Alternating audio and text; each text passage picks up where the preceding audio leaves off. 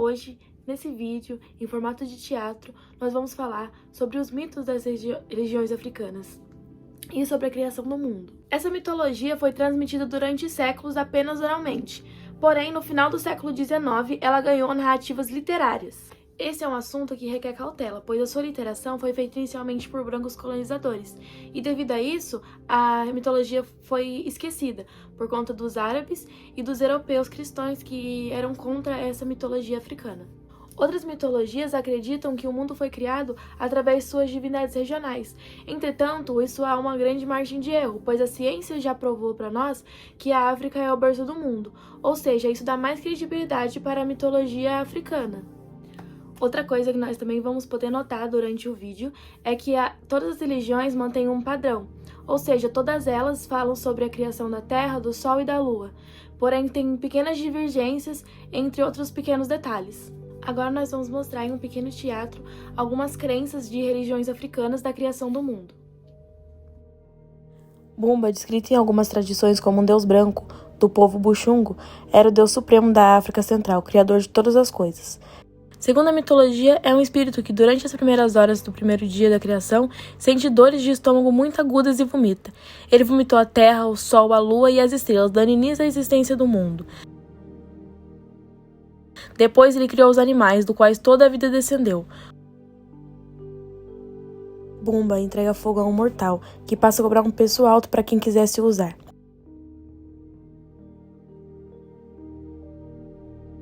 A filha do rei africano seduz o homem, e após conhecer seus segredos do fogo, ela o abandona para poder socializar esse conhecimento. Essa é uma história que simboliza a aversão que a maioria do povo africano tem ao egoísmo.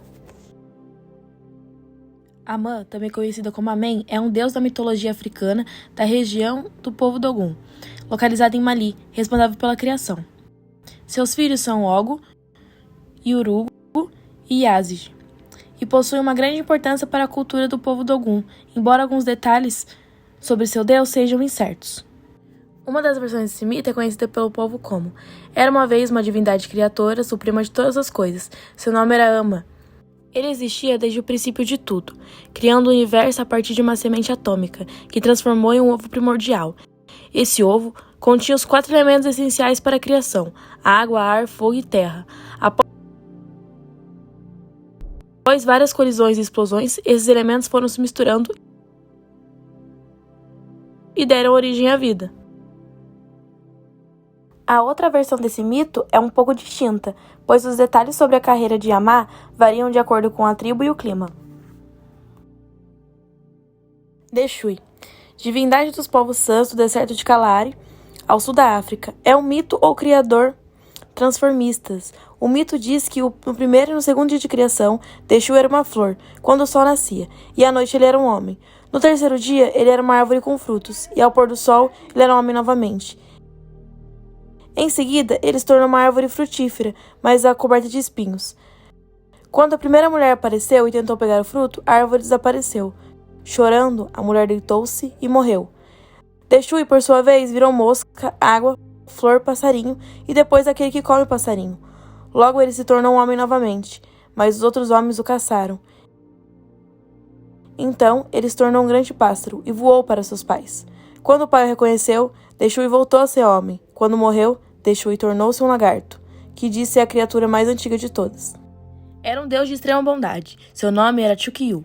Ele era o deus dos Ibos, da Nigéria. O povo Ibo acredita que o Criador Supremo, o benevolente Chukwu, era um grande espírito e ele o criou o paraíso terreno, onde e quando não havia maldade nem morte. Uma mitologia nos dá conta de que o bondoso divino enviou um cachorro à terra, para esclarecer que aquele que morresse por acidente poderia voltar à vida, mas o cachorro era muito lento e a morte se aproximou da terra. Para que o morto voltasse à vida, bastava deitar a pessoa morta no chão e espalhar a cinza sobre seu corpo, e o grande espírito lhe devolveria a vida. Mas o cachorro, portador das informações, era muito lento, e a morte ameaçava chegar à terra. Então, o bondoso Chukwu enviou uma cabra, mas ela se confundiu e disse aos humanos que deveriam enterrar seus mortos, e assim a morte chegou aos mundos do Chukwus. Nana Buluco. Segundo a tradição dos povos Fon, O mundo teve origem por um deus, com a ajuda das serpentes Aidoedo e Dangbala. Foi quem criou o mundo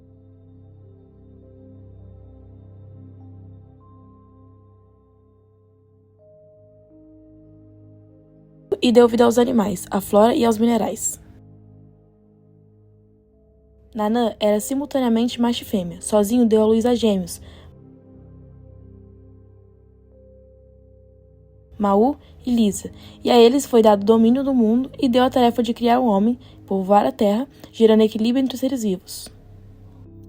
Mau é o princípio feminino, fertilidade, suavidade, compreensão, ponderação, reconciliação e o perdão.